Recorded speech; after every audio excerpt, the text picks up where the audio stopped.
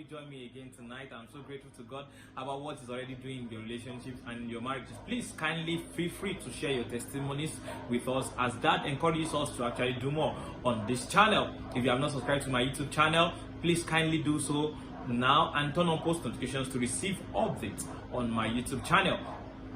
So last week I started on the series Marriage as an Institution. I discussed on the subject understanding marriage structure.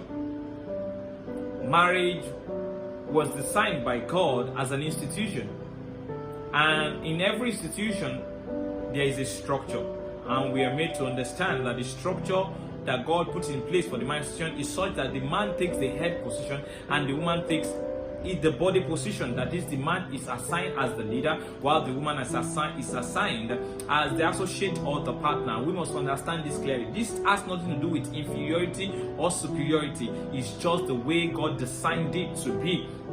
And I make us understand that one of the foundational knowledge that we must have and that we must sink into our mind is that everyone, irrespective of our agenda, we are equal before God. We are equal in value, we are equal in worth, we are equal in importance as far as our creational standard is concerned. God created us with equal value, equal worth, and equal importance. That is not talking about the diversities of the potentials that we have. Irrespective of the potentials that we have been made like God. Equal value, equal worth, equal importance. No one is made inferior to the other, because we are made in the image and in the likeness of God. So if our making is from the same source, it means that we have equal value, equal worth, and equal importance. That must be very clear. So as many people that wants to argue about equality and they are fighting about equality, is because they don't get this clearly. Both the male and the female gender. The female gender believes that they are being treated as inferior, and the male gender believes that they are meant to be treated as superior. But that is a wrong ideology. That's a wrong perspective to life and to the way God ordained us to live. You must understand that we are equal in value, in worth, and importance, both genders, and this must be clear to you. If we are going into the marriage institution, this must be a foundational mindset that you must carry in order for you to really walk in the realities of the ideal of God for the marriage institution, which is heaven on earth marriage. And tonight I want to discuss on the subject understanding role specifications in marriage. Don't forget, I said, if you can get these teachings clearly, if you can understand it and you can walk in line with these teachings, I am so assured. I'm not saying that probably, I'm saying that assuredly you'll be able to access the reality of the ideal of God for the marriage institution. Because once you walk in the reality of what God ordained, then the result has to follow. That's the way it works. That's the way God has designed it. And I want to talk on the subject understanding role specifications in marriage. One of the things we must get clearly is that there are role specifications in the marriage institution. God designed that the man, as I said earlier in the structure, God designed that the man takes the head position and the woman takes the body position in terms of leadership and associate, in terms of a leader and the partner. And you must get this clearly. The role specification is such that now the man has been ordained, has been assigned as the leader, the woman has been assigned as the associate. One of the role specifications is such that, just like in an ideal institution and with such structure, the leader takes the final decision. That is, a leader takes the decisive role. In every institution, the leader is blamed for everything that goes wrong. In every institution, the leader is praised for everything that goes right. So as a leader, you must understand that if things work perfectly, if your marriage is successful as a man, then you should understand that you are to be praised for it. You are the first person that will be praised for it. And if things go wrong in your marriage, you are the first to be blamed for it. When God called upon the man in the garden, the first couple, and he said, "Where are you?" The first question was, "Where are you?" It was the man that God called upon. It was the man that God first beckoned on. Even though it was the woman that made the first mistake, but because the man actually followed in that direction, before he didn't take time to think about it before making the decision for the home, then God had to sanction him for that. God had to sanction him for that. And you must get this correctly. Listen, man, the place of a leader as a man in the marriage situation is not for decoration. It is not for sightseeing. It is not to make your ego swell more. No, it is for responsibility. And you must get this correctly. There's a lot of responsibility on your shoulders as a man. That being called the leader is not just a title, it is a responsibility. And as the responsibility, you have the role you have the responsibility to take a decisive role. You have been assigned a decisive role as a leader, as the leader of your home. You have been assigned the decisive role. You must understand this. This means that every decision that has to take place in your home, you must think thoroughly about it before going for it. You must think thoroughly about it before going for it. And women, listen to this. As an associate, as a partner in this marriage institution, just like any other institution with a structure, you have a suggestive role in terms of decision making. You have a suggestive role. So you are there to suggest to your husband. You are not there to take the final decision in as far as your home is concerned. A decision that has to do with your entire home, you are not in a position to take the final decision. This does not mean that you are foolish. This does not mean that you are unwise. This does not mean that you are inferior. It is the way it is. It simply means that you understand the structure and your role specification, and you are walking in line with that. And you are walking in line with that. And you are walking in line with that. Now listen to this as a man, as the leader. Listen to this. A wise leader don't just take decisions alone. A wise leader doesn't take decisions alone. He doesn't do that. A wise leader maximizes the potentials of his associates to bring about the best results. Let me say that again. A wise leader maximizes the potentials of his associates to bring about the best result, to bring about the best outcome, to make the best decision out of any situation. So as a wise leader, you must get this correctly. Your woman is not just there, is not there as a figurehead. Your woman is not there as a dummy. Your woman is not there as a signpost. Your woman is there loaded with potentials for you to maximize for the benefit and for the good of your home. I've seen many foolish leaders. I've worked with quite a few. Only foolish leaders are intimidated by the potentials of their associates. The wise leaders, maximize the potentials of their associates. But foolish ones, they are always intimidated by the potentials of their associates. It's only a foolish leader that is intimidated by the potentials of his associates.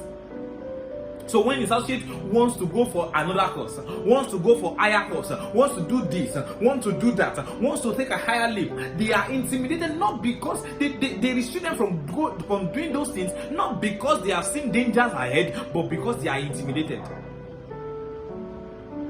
And you know what?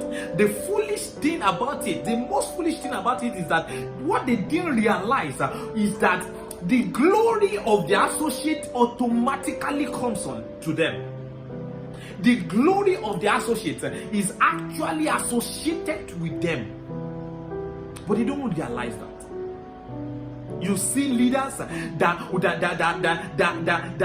are so rigid to open up to the potentials of their associates, so they go ahead with their rigidity and make series of mistakes. what they could have maximized the potential of their associate to come out to achieve a better result. Their pride, their arrogance, their foolishness will not allow them to do so.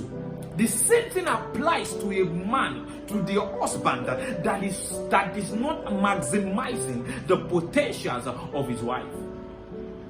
There's a teaching I did several months ago. You can check it out. My wife, my asset. Your wife is an asset that God has given to you. The Bible made us understand that he who finds a wife has found a good thing, and obtained favor from the Lord. So when a good thing is added to you, it means that you are meant to produce better results in your life. If your life is better off as a single than it is when you are now married, then it means that something is wrong. It is either your wife is not cooperating or you are not cooperating with her. So as a leader, even though you have the decisive role to play, the woman has the suggestive role to play. When a wise leader listens humbly to the suggestions of his wife, a wise husband listens humbly to the suggestions of his wife and critically analyzes it in order to bring about the best decision for their home. So don't be foolish. When God says we are the head, it doesn't mean that we don't listen to suggestions from our wives. God says, come, let us make man in our image and after our likeness. A collective effort. Come, let us reason together. A collective effort. A collective effort. A collective effort.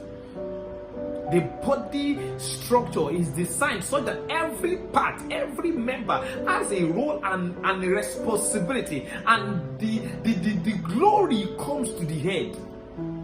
Have you ever seen the art take pictures before? No, it is not done. It is the face that takes the pictures that is seen on Instagram. It is the face that is seen on WhatsApp. It's the face that is seen on the public space. You know what? It is because the art is still beating. That is when the face can still show there. It is because the heart is still beating. If the head refuses to cooperate with the heart, or the heart refuses to cooperate with the head, then the body is completely dead. That is why many homes are dead today. You know why? It's either the body, the heart, is not cooperating with the head, or the head has refused to cooperate with the heart. So because of this foolishness, this misunderstanding between the wife and the husband, because they don't understand their role specifications and how to harmonize their role specifications in order to attain and to access the ideal of God for their home, their home has become practically dead. Some financially dead, some emotionally dead, some spiritually dead, some physically dead, some even dead completely. And they no longer together. You must understand this. The decisive role is germane. The suggestive role is important. So when you come together, this is how you make it operate. This is how you make it work. As a leader, as the man, what you do in every decision that you have to make it that has to pertain the entire home, what you do is you relay the situation with your wife. Ask for our opinion on it. Ask for our suggestions on it. And think critically. Bring in all the suggestions together and think critically to make the final decision. Sometimes your wife may not see it that way. Sometimes she sees it that way. Many times she will see it that way if she's wise. And if you have honored her suggestions. Listen to this. I've seen I've seen old men that still claim this. I'm the Lord of my house. I'm the Lord of my house. My wife cannot give me suggestions. My wife cannot give me advice. That is foolishness. And that's why I tell people, it is not everyone that has had longer years in marriage that can give you the right marriage advice. or marriage counseling. Some of them, they have stayed married not because their marriage is working, not because their marriage is blissful, but because they cannot go out of it. Because they cannot go out of it. The same way they have stayed on a job for 35 years, for 40 years, even though they are frustrated on the job, the same way they can't go out of that job, the same way they have not been able to go out of their marriage. I'm not saying you should go out of your marriage, but I'm saying this sincerely, that you must get this clearly. It is very important for you to get it. Very, very important for you to come into the reality of this and walk in the reality of the ideal of God for the marriage institution. So you take advice from your wife. Your wife is loaded with potentials. Your wife is loaded with great talents. So take advice from her. When the Bible says, an helpmeet, I used to make this solution. A helpmeet is not someone that is weaker. It's not someone that is weak. You don't get it. It's not someone that is weak. A helpmeet is someone that has a capacity to help you with the load you are trying to carry. So if I ask someone, oh please, can you help me? Can you join me in lifting this table? It means that I know that that person has the capacity to help me out. That is, the person has a potential that if connected with my own potential, we can successfully carry that table.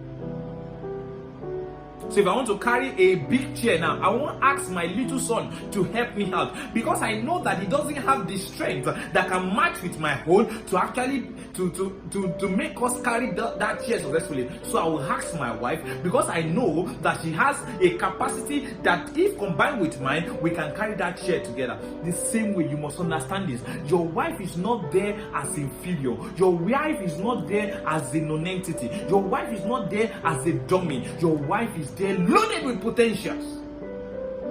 So when God says an help meet, that is an help that is able to meet up with the need that you might have in that marriage. And help that is able to meet up, and help that has the capacity to complement what you already have, in order for you to be able to chase 10,000. That is why Bible says, one shall chase 1,000 and two shall put 10,000 to flight. Oh, you did. I need you to get this correctly. If you can get these workings correctly, I am telling you, your marriage will be better off. Stop arguing, stop debating, stop struggling, stop fighting for equality. There's no need for equality. You are equal in value, equal in what, equal in importance. There's no need for that. You only have a structure that positions the man as the leader and the woman as the associate, and you have role specifications, which is actually complementary. So there's no need to fight. If you are fighting for equality, it means that you don't understand. You don't understand the way God designed the marriage system to work. The problem we have is not inequality. It's not gender inequality. It is lack of understanding of our gender identity. The issue is not gender inequality. It is the misplacement of priorities. It is ignorance of our gender identities. True gender identities. We are unique. We are unique in our making. None is inferior, none is superior. We are unique so that we can complement one another and make things work better. So even though you take a decisive role, talking about understanding role specifications now in the marriage situation, even though the man takes a decisive role, the woman takes a suggestive role, it doesn't mean that the man is superior to the woman or the woman is inferior to the man. But you must understand it as a woman, he takes the final decisions. Don't fight that with him. Don't struggle that with him. Don't compete that with him. He takes the final decision. He takes the final decision. He takes the final decision. Now listen to this. I want to sound a note of warning, a note of caution here. Now, if both parties understand the workings of these role specifications, there will not be problem. But if it's only one party that understands, if it's just the woman that understands, if the man is so rigid that he doesn't take advice or suggestions from his wife, Then listen to this as a woman. I want to be careful about saying this, because I don't want you to get me wrong. Don't follow that man on a decision that is going to a ditch. There's a story in the scriptures, Ananias and Sapphira. They were united, but they were united in the wrong direction. So both of them died. So if you know this path your husband is going is a path unto destruction, sound a note of caution. Tell him, my dear, I don't think this is the best decision for us. Now, there are times that you may not be clear about what he's doing, and you should see God's face to get the clarity. But when you are clear that this is a wrong path, then talk to him about it. Get help on it. And ensure that you don't follow into the path of destruction. Follow with your eyes open and with your mind wide, accessible to wisdom. It is very important. Decisive role, suggestive role. As a decision maker of the house, the final decision maker of the house, as a man, you must be wise enough to maximize the potential of your wife, get her suggestions, look into the suggestions, and make the final decisions from it. There are times that the suggestion of your wife is the best decision, is the best option to go for in a situation. Don't be proud to neglect it. Don't be proud to discard it. That's not wisdom. That's not leadership. There are times that the suggestion of my wife is obviously the best. And that's because we are not inferior. She's not inferior to me. And a wise husband knows when the suggestion is the best. So he is not proud, he's not arrogant, he's not egoistic to neglect it. He's not proud to discard it. He's not foolish to brush it aside. He takes it up as if that opinion came from him, and they make it their final decision. Because when it all works out fine, it is the leader that will be first praised. When you are called for an award, it is the face that is on the papers. It is the face that is on the posters. And when you are hurt, when you are crying, when someone is damaged, when someone is depressed, it's the face that carries the expression. So the success of your home, when your home is successful, it is you as the leader that carries the glory. It is you as the head that wears the crown. And when your things are going wrong, it is you that as the leader that wears the thorn. And you must get this correctly. So you must get this correctly, and if you can align this together, knowing that your wife is not inferior, take advice, take suggestions from her, and the wife also knows that I am not meant to usurp authority. I am not meant to